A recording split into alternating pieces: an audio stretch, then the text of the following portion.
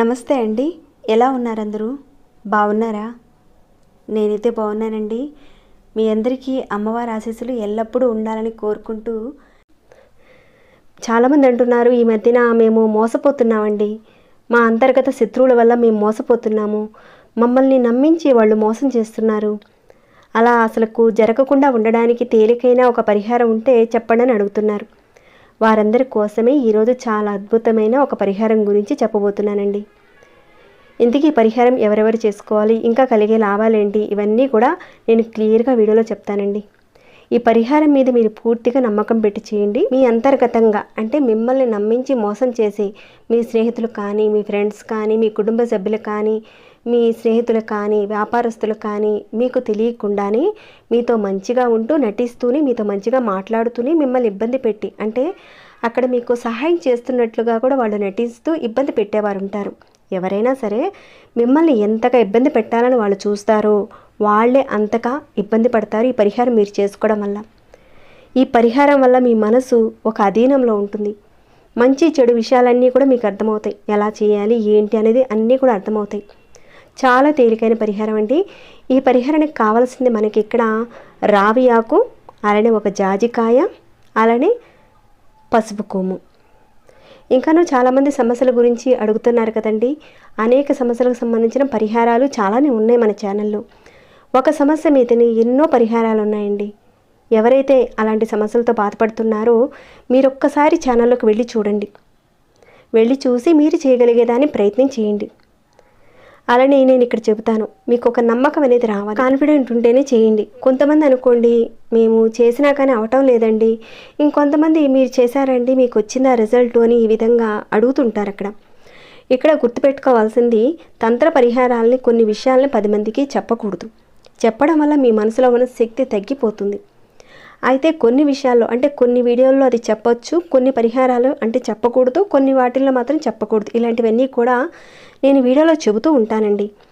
ఏ వీడియోలో అయినా సరే ఆహార నియమావళి, నిబంధనలు, నియమాలు ఇలాంటివన్నీ ఏవైనా ఉంటే వీడియోలోనే చెప్తాను నేను. ఒకవేళ నేను అక్కడ చెప్పలేదనుకోండి నియమాలు, అక్కడ మీరు పాటించాల్సిన అవసరం లేదు. వీడియోలో చెప్పిన అక్కడున్న పదార్థము ఆ సమయంలోనే మీరు చేయాలి. ఆ టైంలో కాకుండా నేను అరగంటకు ముందు చేశానండి, ఇంకా అరగంటకు తర్వాత చేశానండి అంటే ఫలితాలు అయితే రావండి. చెప్పిన విధంగా చేయాలి. ఎందుకంటే ఇక్కడ చేసే పరిహారం విషయంలో అక్కడ ఉన్న పదార్థము, టైము ఇవన్నీ కూడా చాలా ఇంపార్టెంట్. ఈ పరిహారం విషయంలో కూడా ఏ సమయంలో చేయాలి ఏంటనేది అన్నీ కూడా చెప్తానండి. దానికన్నా ముందు ఒక చిన్న రిక్వెస్ట్ అండి, ఈ వీడియోకి ఒక లైక్ ఇవ్వండి. సబ్స్క్రైబ్ కాకుండా ఎవరైనా మీలో ఉంటే మన ఛానల్కి సబ్స్క్రైబ్ చేసుకుని బెల్ బటన్ ప్రెస్ చేసి ఆలనే నోటిఫికేషన్ని ఆన్లో పెట్టుకోండి. అలానే వీడియోని చివరి వరకు చూడండి, అన్ని విషయాలు తెలుస్తాయి. లేదంటే ఇక్కడ ఒక పాయింట్ని మీరు మిస్ అవుతారు. చివరి వరకు చూసి చక్కగా చేసుకోండి. ఇక ఈ పరిహారం విషయంలో మీరు సోమవారం రోజున ఈ పరిహారం చేయాలి. ముందుగా మీరు ఒక రావి ఆకును తెచ్చుకోవాలి. జస్ట్ మీకు ఇక్కడ కొన్ని రావి ఆకులు అయితే చూపిస్తున్నాను, కానీ మీరైతే ఒకే ఒక్క రావి ఆకును తెచ్చుకోండి. అది గుడిలో ఉన్న చెట్టు దగ్గర ఉన్న రావి ఆకు కానీ రోడ్డు పక్కన ఉన్న ఎక్కడైనా చెట్టు దగ్గర నుంచి ఒక రావి ఆకును తెచ్చుకోండి. ఇది మీ ఇంట్లో చేసుకునే పరిహారం అండి. ఇది మీరు ఒక జాజికాయ కూడా తీసుకోండి. అలానే ఒక పసుపు కొమ్ము కూడా తీసుకోండి. చిన్నదైనా పెద్దదైనా ఒకే ఒక్క పసుపు కొమ్ము తీసుకోండి. ఈ పరిహారాన్ని మీరు సోమవారం రోజున ఉదయం 6 గంటల నుంచి సాయంత్రం 6 గంటల లోపుగా మీరు చేసుకోవచ్చు. ముందైతే చిరుగులు లేని చక్కగా ఒక ఆకును తెచ్చుకొని శుభ్రంగా కడిగి పెట్టుకోండి. అయితే ముందు రోజున ఈ ఆకును మాత్రం తెచ్చుకోకండి, సోమవారం రోజునే తెచ్చుకోవాలి. ఆ రోజునే తెచ్చుకొని చేయాలి. రావి చెట్టు దగ్గరికి వెళ్ళి, చిన్న చెట్టు దగ్గరికి అయినా సరే మీరు వెళ్ళి చక్కగా దానికి చెట్టుకి నమస్కారం చేసుకుని, నా అంతర్గత శత్రువులు నిర్మూలనకు ఈ పరిహారం చేసుకుంటున్నాను, నాతో పాటు ఎవరైతే ఉండి నాకు తెలియకుండా నన్ను ఎవరైతే మోసం చేస్తున్నారో వారి నివారణ కోసం నేను పరిహారం చేసుకుంటున్నాను అని చెప్పుకొని ఆకును తెచ్చుకోండి. చెట్టుకు నమస్కారం చేసుకొని ఒక ఆకును తెచ్చుకోండి. తర్వాత మీ పూజా మందిరంలో ఉన్న దేవుడి పటం ముందు ఉంటుంది కదండి, ఆ దేవుడి ఎదురుగుండా ఈ రావి ఆకుని ఈ విధంగా పెట్టండి. ఈ కొన ఉంది కదండి, దేవుడి వైపుగా ఉండాలి. ఇది వచ్చి ఇటువైపు మన వైపుగా పెట్టాలి. మీ కులదైవానికి, మీ ఇష్టదైవానికి ఆవు నేతితో కానీ, నువ్వుల నూనెతో కానీ, కొబ్బరి నూనెతో కానీ ఏ నూనె అయితే మీకు అందుబాటులో ఉందో ఆ నూనెతో, అంటే ఆముదము, పల్లీలు, సన్ఫ్లవర్ ఇలాంటి ఆయిల్స్ని కొంతమంది ఉపయోగించవచ్చు అని అడిగేవారు కూడా ఉన్నారు. ఈ మధ్య కూడా చూశాను నేను. వాటితో మాత్రం దీపారాధన చేయకండి. ఇప్పుడు చెప్పుకున్న వాటిల్లో నుంచి ఏదో ఒక నూనెతో దీపారాధన చేసిన తర్వాత ఈ జాజికాయ ఉంది కదండి, దీన్ని ఈ రావి ఆకు మీద ఈ విధంగా పెట్టండి. అంటే కొంతమంది ద్వేషిస్తూ ఉంటారు, చాలామంది కొంతమంది ఇబ్బంది పెట్టడానికి కూడా చూస్తూ ఉంటారు. మనకు తెలియకుండానే అవతల వాళ్ళని కూడా కించపరుస్తూ ఉంటారు కొంతమంది. అలా కించపరిచే వాళ్ళ నుంచి మీకు వాళ్ళతో ఎలాంటి ఇబ్బంది రాకుండా ఉండాలని మీరు అక్కడ చెప్పుకొని సోమవారం రోజు ఉదయం నుంచి సాయంత్రం 6 గంటల లోపుగా చేసుకోవచ్చు. ఈ పరిహారాన్ని మీరు మధ్యాహ్నం కూడా చేసుకోవచ్చండి. అయితే ఆడవారైనా మగవారైనా ఎవరైనా చేయొచ్చు, కానీ ఆడవారు నెలసరి సమయంలో ఉన్నప్పుడు మాత్రం మీరు చేయకండి. ఇక పరిహారం చేసేటప్పుడు ఎలాంటి ఆహార నియమాలంటూ ఏమీ లేవు. ఇక ఈ విధంగా పెట్టారు కదండి, జాజికాయని ఆకు మీద పెట్టారు. తర్వాత మీరు చక్కగా దీపారాధన చేసుకుని మీ కులదేవత ముందు కానీ లేదంటే మీ ఇష్టదేవత ముందు కానీ మీ యొక్క సమస్యను చెప్పుకోండి. నాకు తెలియకుండానే ఇబ్బంది పెడుతున్నారు, వారు నన్ను ఇబ్బంది పెట్టకుండా ఉండాలి. వృత్తిపరంగా వ్యాపారంలో ఉండేవాళ్ళు కానీ ఉద్యోగంలో ఉండేవాళ్ళు కానీ మీ చుట్టుపక్కల వారు కానీ కుటుంబం పరంగా అంటే కుటుంబంలో కూడా అంతర్గత శత్రువులు ఉంటారు, వాళ్ళతో ఎలాంటి ఇబ్బందులు లేకుండా ఉండాలని మనస్ఫూర్తిగా చెప్పుకొని నమస్కారం చేసుకొని ఈ పరిహారాన్ని సోమవారం రోజున చేయాలి. ఒక 11 సోమవారాలు చేయాలండి. ఈ విధంగా మీరు దీపారాధన చేయాలి. ఇక నైవేద్యం ప్రకారంగా చూసుకుంటే మీరు ఏది పెట్టగలుగుతారో దాన్ని పెట్టండి. బెల్లం ముక్క కానీ ఏదైనా పెట్టండి. తర్వాత ఈ విధంగా దీపారాధన చేసుకున్న తర్వాత మీరు చక్కగా ఈ ఆకు మీద ఇవన్నీ పెట్టారు కదండి, జాజికాయ పెట్టండి, అలానే ఈ పసుపు కొమ్ము కూడా పెట్టండి. ఈ విధంగా పెట్టిన తర్వాత దీనిని ఈ విధంగా మీ కుడి చేతిలోకి తీసుకోండి. అయితే ఈ రావి ఆకుకున్న కొన ఉంది కదండి, ఈ రావి ఆకుకున్న కొన ఈ విధంగా పెట్టుకోవాలి, చేతిలో ఈ విధంగా పెట్టుకోవాలి.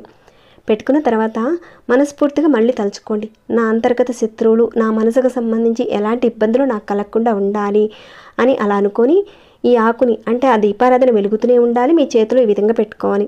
తర్వాత ఈ ఆకు కొనని ఇలా చక్కగా మూసి పట్టుకోండి, ఇలాగ మూసి పెట్టుకోండి. తర్వాత మీ మనస్ఫూర్తిగా మీ శత్రువుని మళ్ళీ తలుచుకోండి. ఒకవేళ మీ శత్రువు యొక్క పేరు మీకు తెలియదు అనుకోండి, నన్ను ఇబ్బంది పెట్టేవారు నన్ను ఇబ్బంది పెట్టకుండా చూడు తల్లి చూడు తండ్రి అని ఇలా మీరు అనుకొని ఒక 5 నిమిషాల పాటు ఈ ఆకుని ఈ విధంగానే పట్టుకోండి. తర్వాత ఈ ఆకుని ఇలా తీసి జాగ్రత్తగా తీసి కింద పెట్టండి, ఆ దేవుడి దగ్గరే చక్కగా పెట్టండి. ఇక ఈ ఆకు మీద అలానే జాజికాయ మీద పసుపు కొమ్ము మీద ఒక నీటి చుక్కని ఇలా చిలకరించండి. ఈ విధంగా నీటిని చిలకరించిన తర్వాత దీన్ని ఏం చేస్తారంటే ఒక కాగితం తీసుకోండి. ఆ కాగితంలో ఈ ఆకుని అంటే ఈ జాజికాయ పసుపు కొమ్ము ఈ ఆకు ఉంది కదండి, దీన్ని ఈ విధంగా పెట్టి దీన్ని ఈ విధంగా రౌండ్గా ఇలా చుట్టేయండి. ఇలా చుట్టేసేసి మీకు దగ్గరలో ఎక్కడైనా మట్టి ఉంటే గనక అంటే ఎవరు తొక్కని ఒక ప్రదేశంలో మట్టిలో పాతి పెట్టేయండి. దీపం వెలుగుతుండగానే దీనిని తీసి ఆకుని మడత పెట్టి తీసుకువెళ్ళి మట్టిలో పాతి పెట్టేసి రావాలి. ఈ రకంగా చేయాలి. ఏదైనా చెట్టు మొదట్లో పెట్టేయండి. ఒకవేళ కుదరని వారు మీ ఇంట్లో కుండీ ఉన్నా కానీ ఆ కుండీలో కాస్త మీరు మట్టి తీసేసి ఈ విధంగా పేపర్తో సహా అలా పెట్టేసి వచ్చేయండి.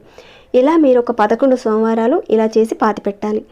ఒకవేళ ఆడవారికి నెలసరి టైం వచ్చినప్పుడు మీరు ఆ వారం వదిలేసేయండి, మిగతా వారాలు చేసుకోండి.